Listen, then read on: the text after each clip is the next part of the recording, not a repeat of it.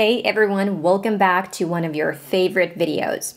You saw the title, you know the drill by now. We'll be working on our listening and speaking skills at the same time. I'm going to be giving you some examples and break them down just a tiny bit to give you some basic understanding of how connected speech and reductions work. So let's get to it. All right, let's take a look at our first example. Hey, you can keep trying to push me away, it's not going to work. Hey, you can keep trying to push me away, it's not going to work. Here, I want to pay your attention to the words trying to that were said as tryna. This reduction is very widely used in casual informal speech. To is reduced to the schwa sound, and we don't pronounce the ing ending in the word trying. Instead, we stop on the n sound and add the schwa sound to it. Hey, you can keep trying to push me away, it's not going to work. So say it with me. Tryna, tryna, tryna. Also note, when we blend together a T and an R, we get a ch sound.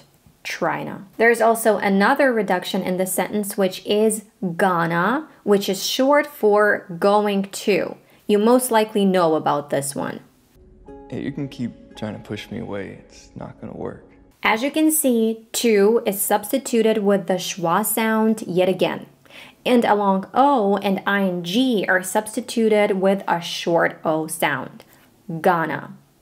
Hey, you can keep trying to push me away, it's not going to work. Now let's try to say the full sentence. You can keep trying to push me away, it's not going to work. You can keep trying to push me away, it's not going to work.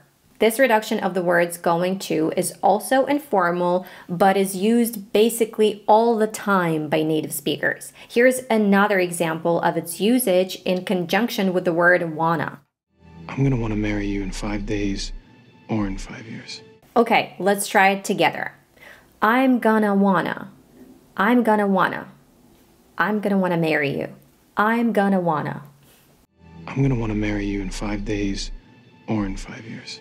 Wanna is short for want to and is reduced by the same pattern. However, gonna can be reduced even further. Hard to believe, but it's true. So if we add I'm to gonna, we can reduce it to I'm gonna.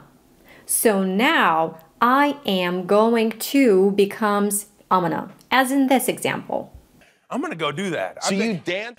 I'm gonna go do that. So you dance? Or in this example. I'm gonna go find a maintenance worker. I'm gonna go find a maintenance worker. Or in this one. I'm gonna start dating men. I'm gonna start dating men. And this reduction only works with the word I, and even I can be dropped sometimes, and all of this can be reduced to just mna. But it would sound like super casual. Okay, let's try saying it together. I'm gonna go do that. I'm gonna go do that. I'm gonna go do that. I'm gonna start dating men. I'm gonna start dating men. I'm gonna start dating men. I'm gonna start dating men. I'm gonna start dating men. I'm gonna start dating men. I'm gonna go find a maintenance worker. Okay, let's start slowly. I'm gonna go find a maintenance worker. I'm gonna go find a maintenance worker. And now a little faster. I'm gonna go find a maintenance worker. I'm gonna go find a maintenance worker. I'm gonna go find a maintenance worker. Alrighty, let's move on to our next example. But I gotta say, I didn't think you'd make the cut for the Christmas party. But I gotta say, I didn't think you'd make the cut for the Christmas party. The words we're focusing on are but I gotta say.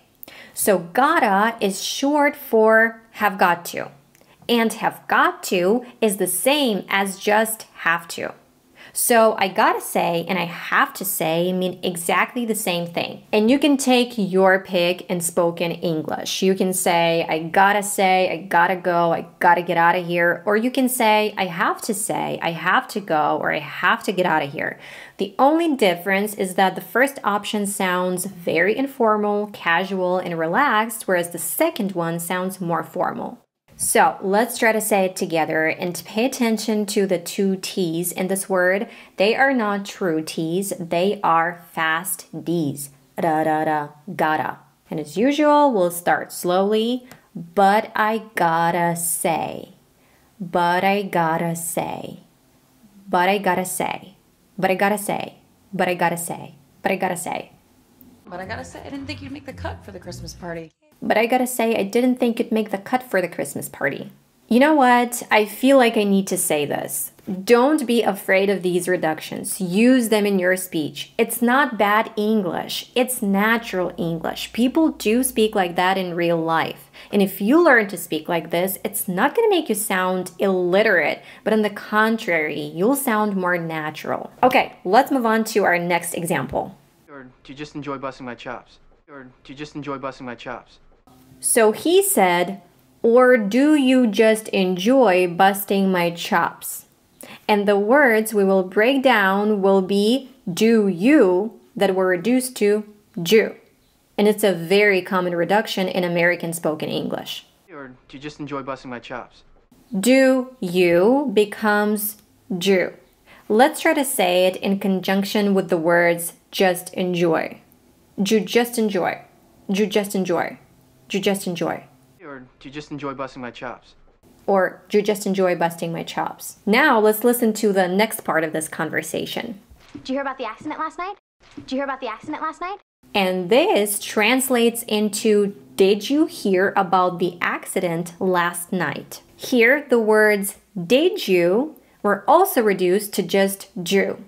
And you understand what is being said based on the rest of the words in the sentence.